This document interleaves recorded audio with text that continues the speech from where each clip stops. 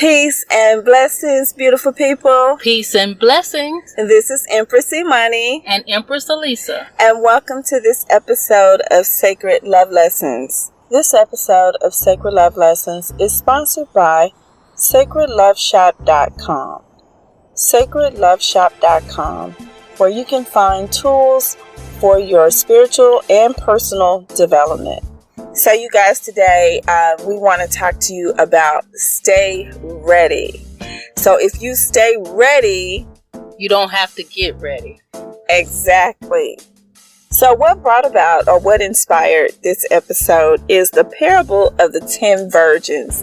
And you guys know I always like to go to the magical book of the Bible. It has really good stories in there. I grew up on that as a child, and so I often refer back to that. So the parable of the 10 virgins is in Matthew 25.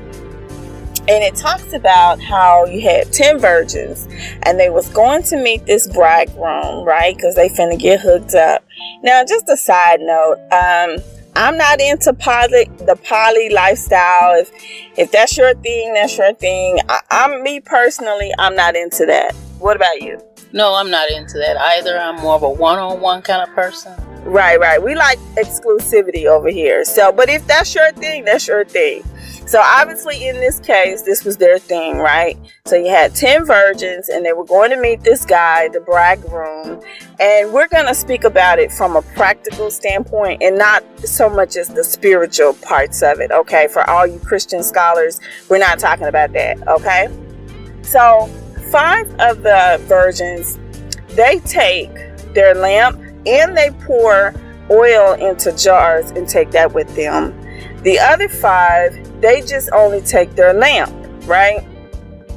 So while they're out here, the bridegroom, he was running late. They didn't anticipate, it was nighttime too, like, wow. They didn't anticipate being out there all night as long as they were, right? But needless to say, he was running late and that delayed the arrival. So everybody fell asleep, right? So they're all asleep. Then they hear this cry that their bridegroom has arrived and to come forth. So all 10 get up, they wake up, they trim their wicks on their lamps, and they get ready to go meet the bridegroom. So 5 that brought extra oil in their jars, they are so ready, so in position for this opportunity, for this sacred moment. And then the 5 that only brought their lamps, they were like, hey, can we get some of that oil you got? Because we about running low over here. And so the other 5, they didn't have enough oil. So the 5 that had the oil, they were like, well, no, you need to kind of go get your own oil. It's at the store up the street. Now, see, let me tell you, let me give you a little sidebar. Wife Goddess Elisa, Empress Elisa, that would be her reaction. I'm going to need you to go down to the store, 7-Eleven, Wawa, Marathon, Shell, Exxon. They got all the oil you need for sale. Me, on the other hand, I probably would have been trying to share my little oil with at least one other person, maybe. Yeah. Now 2 people not ready. Yeah, right. And so I have had to learn over the course of my life to keep my oil, right? And thank God for Empress Elisa, because she really helps me with that. She strengthens me in that area for me to keep my own oil, because what would have happened, and the 5 wise told the foolish virgins that they said, look, if we give you our oil, we won't have enough for us and you. You need to go get your own oil. So I looked at this story a little closer, and I wanted to get a better understanding of all of the symbolism that was going on within this parable. So one thing I asked myself, okay, what is the oil and what does that represent? Now, the oil in this story represents the Holy Spirit. If you're talking about a Christian perspective, it represented the higher self. If you're talking about a spiritual Maya type perspective, it was talking about being the light.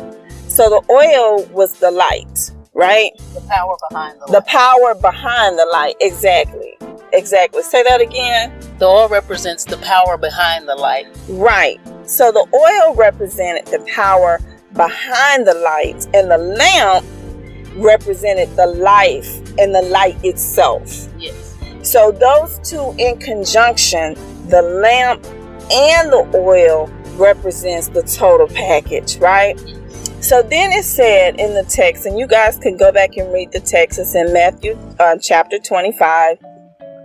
But it talked about once they got the call to get up, that they had to first trim their wicks in order for their lamps to even work. So then I looked that up and I was like, okay, what is that about? Because we don't have this type of technology today.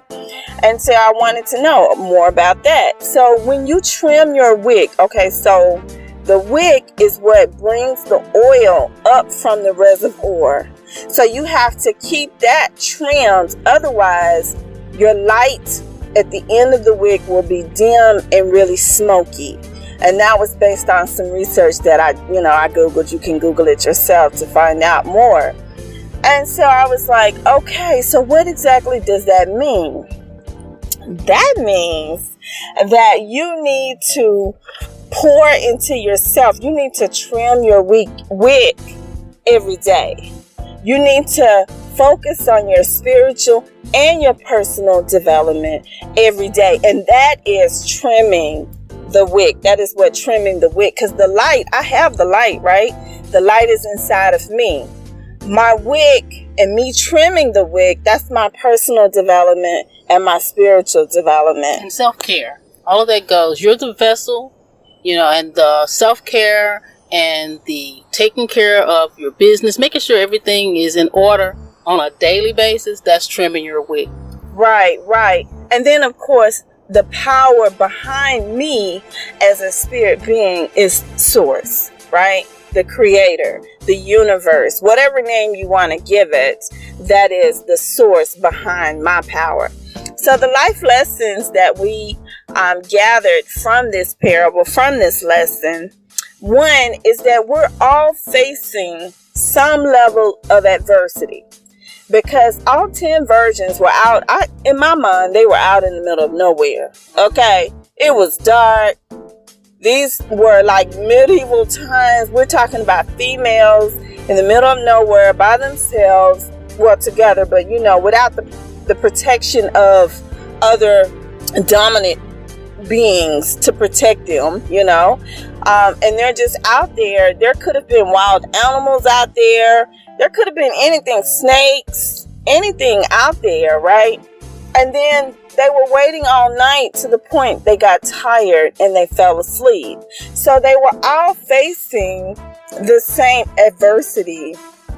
And what that spoke to me was that in this life, no matter, your position, no matter where you come from, who you are or any of that, you're going to face adversity.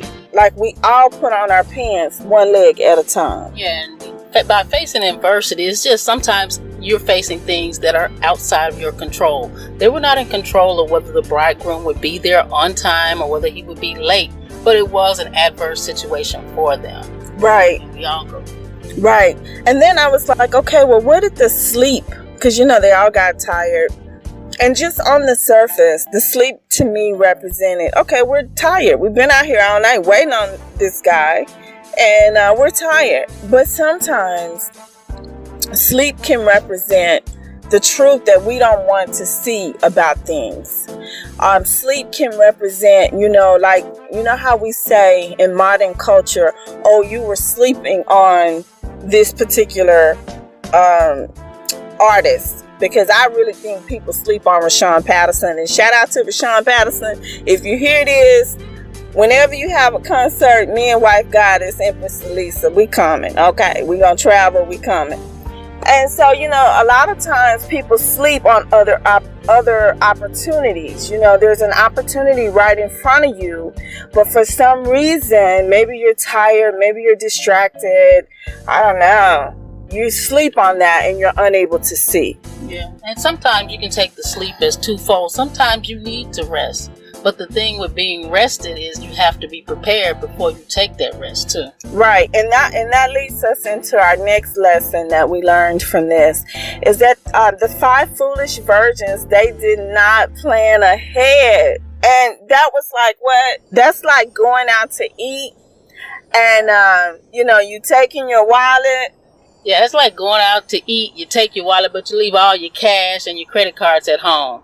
You have your wallet, but you don't have the means to pay for that meal. Right, and that's what happened to them. They took their lamp, and their lamp did have some oil, but what they did not anticipate, they did not have enough foresight to say, okay, in the event something happened, let me take this extra oil and then I'll be good. Just me off top, when I had seen the other 5 putting oil in their jars, I would have been like, babe, get our jars, baby. Get our jars. I already had my jar. Yeah. Filling it up. Like, baby, you need to fill your jar up. Yeah.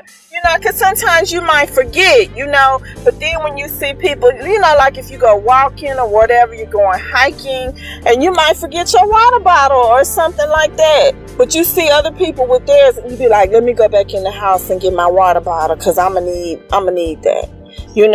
And so that's what that was about. They failed to plan ahead. They failed to see, what was coming, or at least have a contingency plan in the event, something happens. So that tells us that, today, in modern day 2020, you should have a contingency plan. I know people say, oh, there's no plan B. We're not talking about moving, off the plan.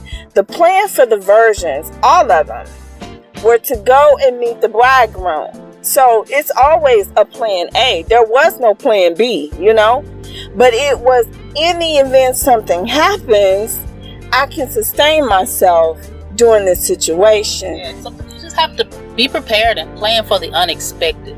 You have a plan, but as you know, with plans, there oftentimes is something unexpected happens, and you need to be ready for that. Right. We call those tower moments. And, I always say we make plans and God laughs. She laughs right at us. I can only imagine what she says about me when I'm making all my little wonderful plans. But I'm going to continue to make them anyway. And I'm going to have a contingency plan in the event, there's a delay, then I can have enough oil for my lamp.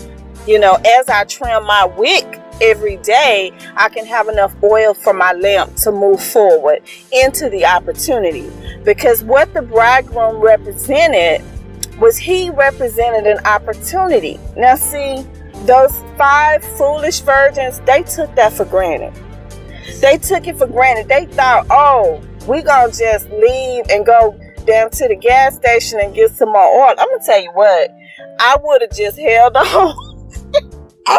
I would have just held on. I would be like, babe, grab one of their arms. I would have just held on to one of the other girls' arms.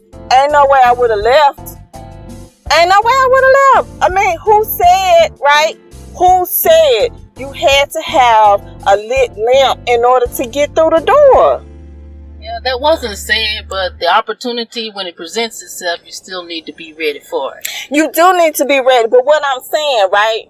If you find yourself in a situation where you be like, oh man, I ain't playing for that, right? Because that happens, right? Let's be honest, that happens. I didn't see that coming, right? And you find yourself, you need to be able to think quick where you can make the quick pivot. Yes. Like the toilet tissue, the notebook paper company started making toilet tissue. They were like, oh no, we got toilet tissue right here, right?